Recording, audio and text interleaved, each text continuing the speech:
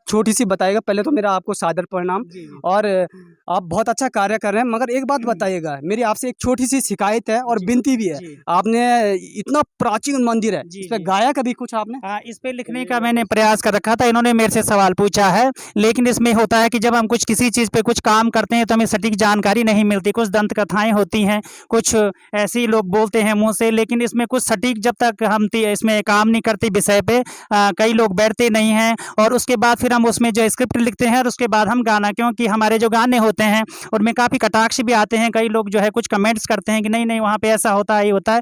तो अभी मैं विस्तृत जानकारी कुछ मैंने लिखा हुआ है और माँ भुवनेश्वरी पे भी लिखा हुआ है। बहुत ही जल्दी दोनों गाने जो हैं आपके भुवनेश्वरी प्रोडक्शन से आने वाले हैं। इसी 2000 जो है जो 23 लगने वाला है, जनवरी-फरवरी के आसपास दोनों गाने आएँगे।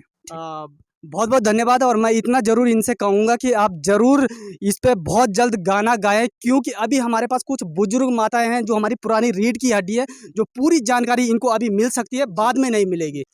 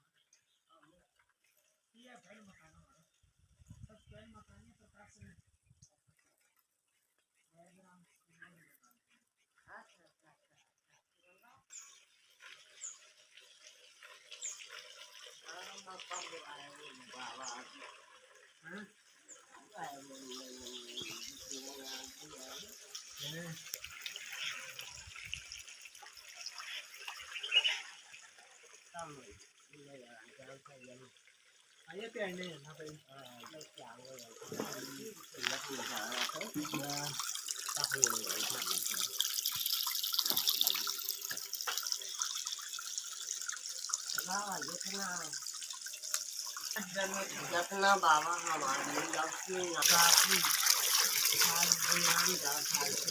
बाबा पानी के फूल बाबा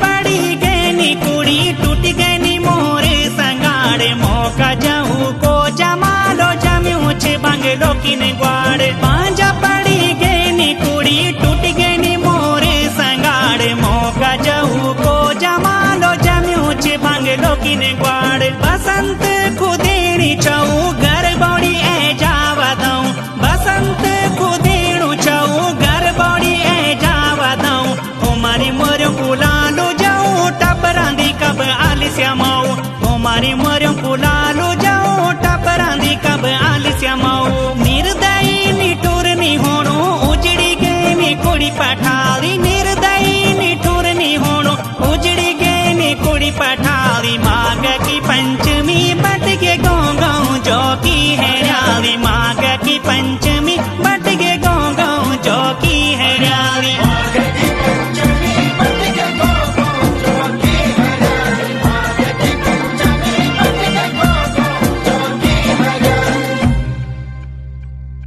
स्रोतों में डिवाइडेड पानी को किया जाता है। इस पानी की एक विशेष खासियत यह है, इसको आप 100 साल या 20 और 22 साल तो हमने देख रखा है।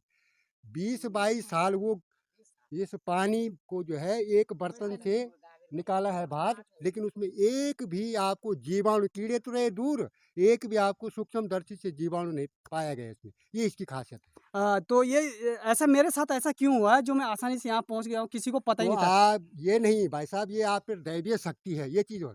यम यम चिंतते कामम तम तम प्राप्नोति तब जब आप जिस चीज का चिंतन कर रहे हैं, गौ माता का चिंतन कर रहे हैं, तो गौ माता में ही 33 कोटि देवता विराजमान है, समायोजन है। और गौ माता जो है कहते हैं कि बैतरणी है, तो गौ माता कई रूप से बैतरणी है। एक तो जिन्होंने गौशालाएं खोल रखी हैं वो भी बैतरणी है, जी। ऐसी बात नहीं, वो गौशाला हैं, लेकिन कुछ गौशालाएं ऐसे भी यहाँ मिलती हैं कि नाम की गौशाला हैं, सरकार से पैसे वसूल कर रहे हैं, नाम की गौशाला हैं, बाकी उनकी सेवा भक्ति कुछ नहीं होती है। उनको जब मर्जी चीता पकड़ ले, जब मर्जी कुछ कर ले, लेकिन वो चीज़ अलग है। लेकिन ये आपका जो है, ये आप पर भगवान की ऐसी कृपा स्वामी विवेकानंद जी की तरह आप पर हो गई है। स्वामी विवेकानंद जी 35 साल के थे। आपको प्रणाम मेरो, जय गौ माता की। तो आप को नौखे छा बिना बिना देवी जी जी। आपका आप तक क्या मालूम छे मंदिर के बारे में कुछ जानकारी छा?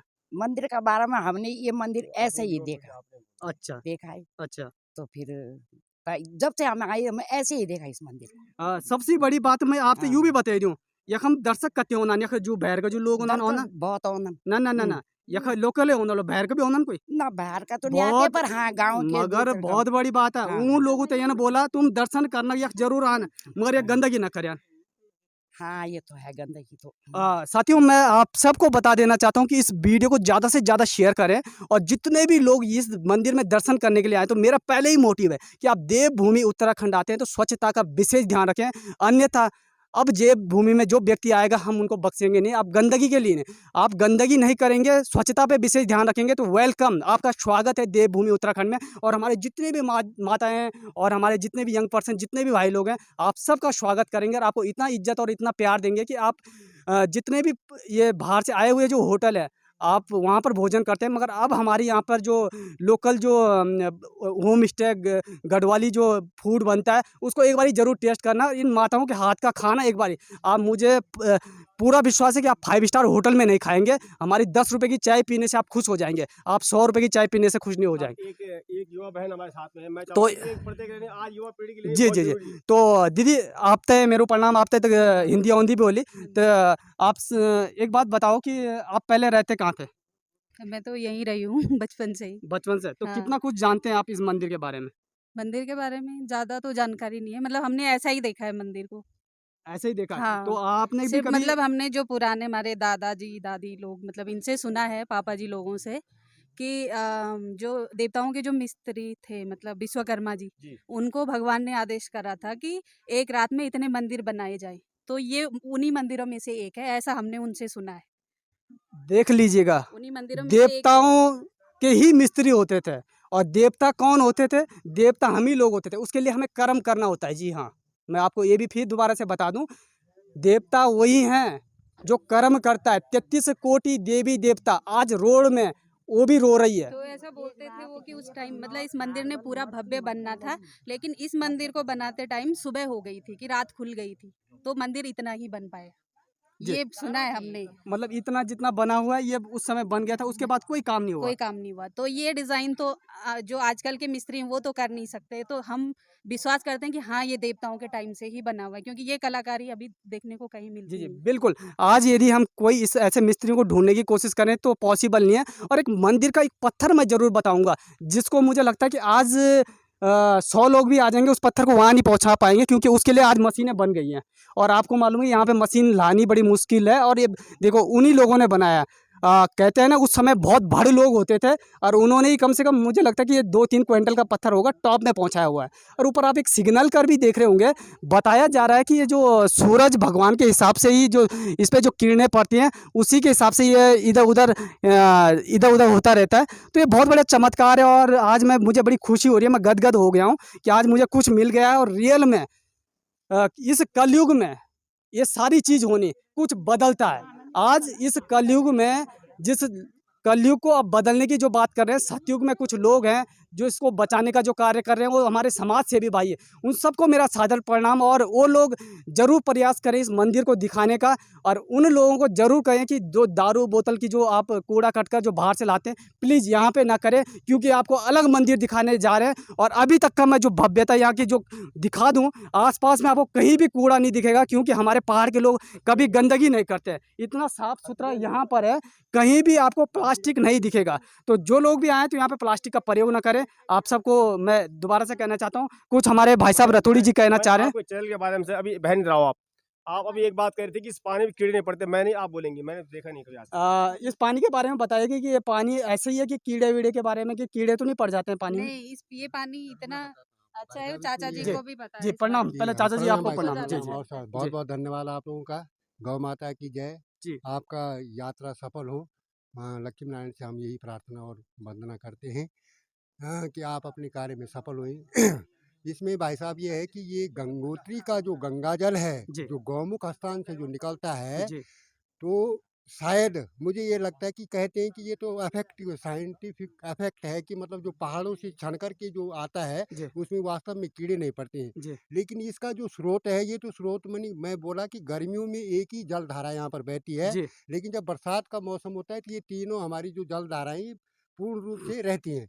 बाकी एक ही स्रोत से इनमें तीनों स्रोतों में डिवाइडेड पानी को किया जाता है। इस पानी की एक विशेष खासियत यह है, इसको आप 100 साल या 20 और 22 साल तो हमने देख रखा है, 20-22 साल वो इस पानी को जो है एक बर्तन से निकाला है बाहर, लेकिन उसमें एक भी आपको जीवाणु, कीड़े तो रहे दूर, एक भी आपको सूक्ष्मदर्शी से जीवाणु नहीं पाया गया इसमें। ये इसकी खासियत है। तो ये ऐसा मेरे साथ ऐसा क्यों हुआ है जो मैं आसानी से यहाँ पहुँच गया हूँ, किसी को पता ही तो नहीं था? आप ये नहीं भाई साहब, ये आप पर दैवीय शक्ति है, ये चीज़ और यम यम चिंतयते कामम तम तम प्राप्नोति तब जब आप जिस चीज़ का चिंतन कर रहे हैं, गौ माता का चिंतन कर रहे हैं, तो गौ माता में ही 33 कोटि देवता विराजमान है, समायोजन है। और गौ माता जो है कहते हैं कि बैतरणी है, तो गौ माता कई रूप से बैतरणी है। एक तो जिन्होंने गौशालाएं खोल रखी हैं वो भी बैतरणी है, जी ऐसी बात नहीं, वो गौशालाएं हैं, लेकिन कुछ गौशालाएं ऐसे भी यहाँ मिलती हैं कि नाम की गौशालाएं, नाम की गौशाला हैं, सरकार से पैसे वसूल कर रहे हैं, नाम की गौशाला है, बाकी उनकी सेवा भक्ति कुछ नहीं होती है। उनको जब मर्जी चीता पकड़ ले, जब मर्जी कुछ कर ले, लेकिन वो चीज़ अलग है। लेकिन गौ ये आपका जो है, ये आप पर भगवान की ऐसी कृपा स्वामी विवेकानंद जी की तरह आप पर हो गई है। स्वामी विवेकानंद जी 35 साल के थे, 35 साल में तो एक्सपायर हो गए थे। उन्होंने शिकागो में हिंदू धर्म मेरी सम्मेलन 36 साल की हो रही है। हाँ, शिकागो में हिंदू धर्म सम्मेलन किया था, तो उन्होंने जीरो से भाषण शुरू किया था और जीरो पर ही यानी 27 किलोमीटर ऐसे प्रांगण से वो घुमा करके ले आए थे और फिर वहीं पर भाई बहनों को एकत्रित कर दिया, लेकिन किसी को ये पता नहीं चला, जबकि 1 मिनट का टाइम नहीं दे रहे थे उनको। जी तो यही आपके साथ है। जी और इन्होंने बहुत बड़ी बात की कि गौ माता के अंदर 33 कोटि देवी देवता है, मगर 33 कोटि देवी देवता आज उनकी आरती रोड पर हो रही है, आपको मैं बता दूं। और मेरे मकसद पूरा करने के लिए हम जितने भी गांववासी हैं, विशेष करके मेरी बात का थोड़ा ध्यान दें, और जितने भी भाई मेरे को देख रहे हैं, गौ माता को जरूर अपनाएगा, क्योंकि परमात्मा के बाद एक ही माता है जो गौ माता है, जिसके अंदर 33 कोटि देवी देवता विराजमान है। आज उसका अपमान नहीं होना चाहिए, और मुझे पूरा विश्वास है कि अब आप लोग जागेंगे और मेरा सपना साकार होगा। आप लोगों को सबको मेरा सादर प्रणाम दोबारा से। जय गौ माता, जय राष्ट्र माता, और आगे मैं बहुत कुछ आपको दिखाने वाला हूँ। जय माता दी।